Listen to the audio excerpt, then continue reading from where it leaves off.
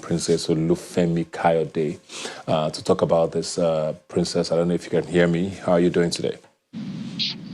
I can hear you. I'm fine, thank you. Thank you for having me. Yeah, thanks for joining me. Yes, I did have a guest on your show a couple of weeks ago, Jerome, and we're talking about the same issue. The issue of statistics and data came up a lot, and it's something that we don't tend to talk about or keep a lot of in Nigeria.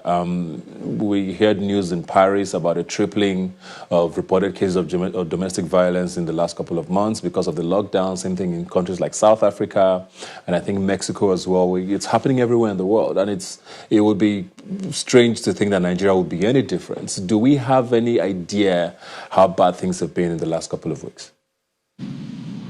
Okay, I'm also in the forefront because my organization, MEDIACON Initiative, also have helplines. As at this morning, I was still receiving calls, and we were managing damages going on during the crisis. Women were battered by their husbands, children were beaten, and all of that. So it is actually bad. But in terms of numbers will be an issue in terms of course, we talk about data in our country, it's still an issue. But then I think within Lagos State, because everybody works together, there was a lot of collaborations going on together because NGOs could not step out to do, the assistance that could be even given ordinarily. So we had to work with the state, which was the Domestic and Sexual Violence Response Team of the state, was actually managing a bit of all of that, including the police. Although, of course, they could not really arrest most people, particularly during the lockdown, people couldn't be arrested. So that also put a lot of women in very funny situation because, okay, you've made your report, so how could the man be, picked up? There were some who were a bit afraid that the state was, calling them up to say, oh, you're beating your wife. And so some of the women were saved. But there were some that was really bad that they had to really either move the woman out of the environment because the man could not be arrested because of the COVID pandemic, which we know that social distancing and all of that could not happen within, cells or prisons. So it's really bad, and it's still bad. It's still bad. It's still there. That's a little troubling, or more than a little, even troubling. The fact that people could not be arrested, and I can understand why you might not want to have contacts, in a time like this. But I mean, if someone is in danger, why is arrest not possible? And how frequent was this situation you found with the reports you got? I think the issue was basically when, COVID, SGBV is already a worldwide pandemic before COVID breakout. It was a pandemic that we were not even managing as best as we could. So with COVID, when they were making the emergency meetings, there was no gender-specific,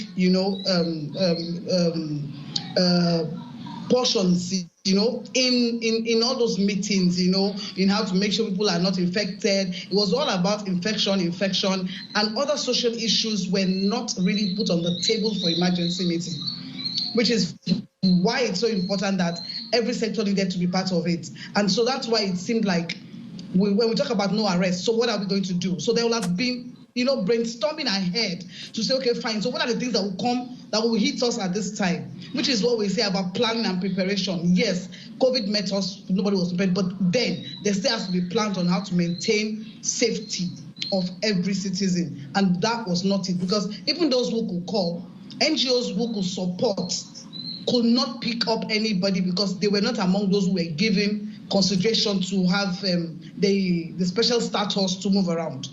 So you could not even go pick a woman who was beaten to stupor. So there were those kind of situations there. Yeah. And then so those are things that were not considered. That, okay, fine, is either the state provides some vehicle and the different strategic locations of the state, Badagry, Ikorodu, all those assets are Jar, and then so not everybody is in Ikeja, or to say, okay, fine, there will be a vehicle if there's an emergency, whether through the state's hotline, if you call UNGOs receiving calls, transfer to so and so and let them move, and a task force will still be designated to assist in this situation. So we did not have that. So I'm talking of Lagos now. Yeah. Lagos now. So if I'm using Lagos as a standard, so you can imagine what will be happening in other states in the nation. So I mean, I know Lagos stands out. Yes.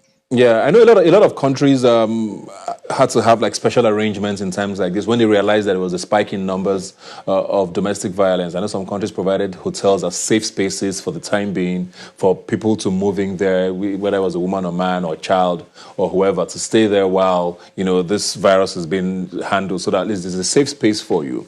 There were safe words that were even introduced. If you make a phone call, you sound like you're ordering a pizza, but the person at the other end knows what you're talking about.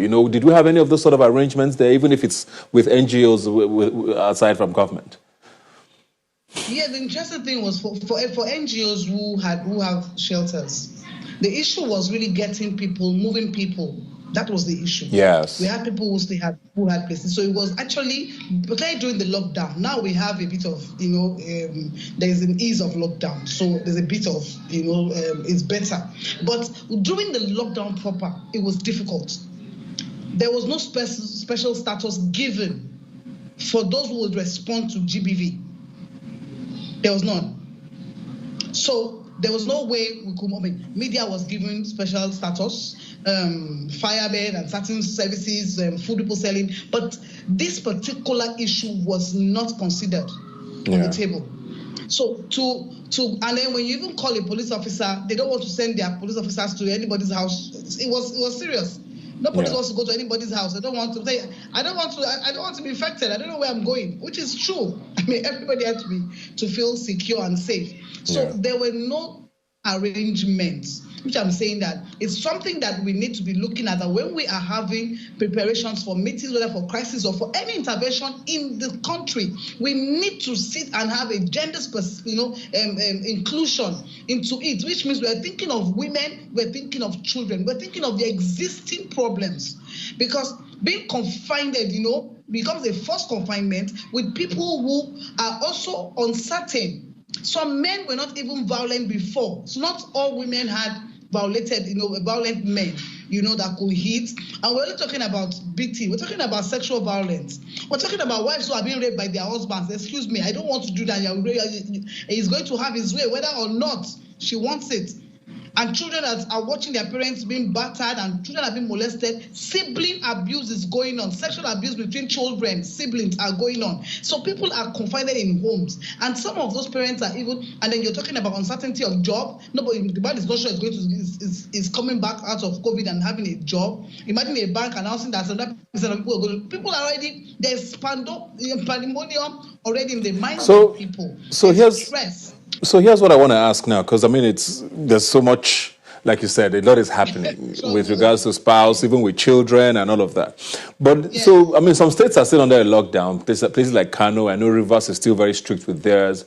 Some states might go back into a lockdown depending on how things pan out in the coming weeks. What should people in situations like that now do? What should you be thinking about doing if you find yourself in an abusive situation under a lockdown or a partial lockdown, where you know that, okay, help might not be as easily accessible as it would be in the past? There are still numbers. In fairness to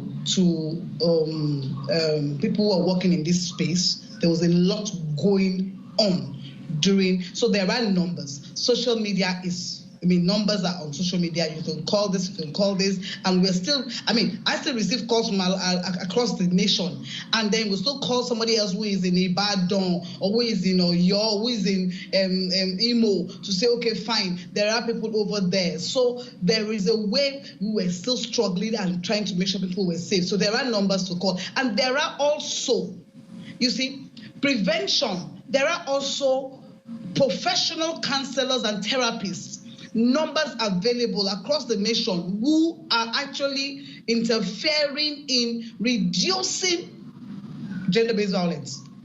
In sense of anger management therapies are going on online. So access to those numbers, access to, it's just a click for somebody online, or call somebody who will tell you, okay, you can call this number. People have called, people are calling, someone gave me your number, I Googled online, I found this number. So it is available. Numbers are available across the nation who are receiving and helping and making sure that people are still being, the best we could do in the situations. Some lives have been saved. Some homes are managing the situation in terms of the husband agreeing to cancel and call a number, and some men who are realizing that, oh, hey, I may do more harm, I need help. So the essence here is for the men who know that, for the men or women, let's not say it's only men, or women who are finding themselves that they can't control, their anger and the outbursts. There are lines to call. For those who are overstressed, because sometimes it's even just stress, it's not stress. You could hit your child out of, over anxiety and out of your capacity to cope with a lot of things happening around you. So it's not just, it's also about prevention and also response. And most states, most state response teams are helpful. Everybody's working, there's a lot of collaboration going on, so there is help still available at different levels. Thank you very much for wrapping it up there nicely, because, it's very important that people know that there's still help out there. Like you said, social media, there's so many people to reach out to. Reach out to someone if you don't have any number to call, and someone might actually have help come to you. Thanks a lot for all the good work you do, and please, may everybody please stay safe. We're going to take a very short time out and be right back. Please don't go away.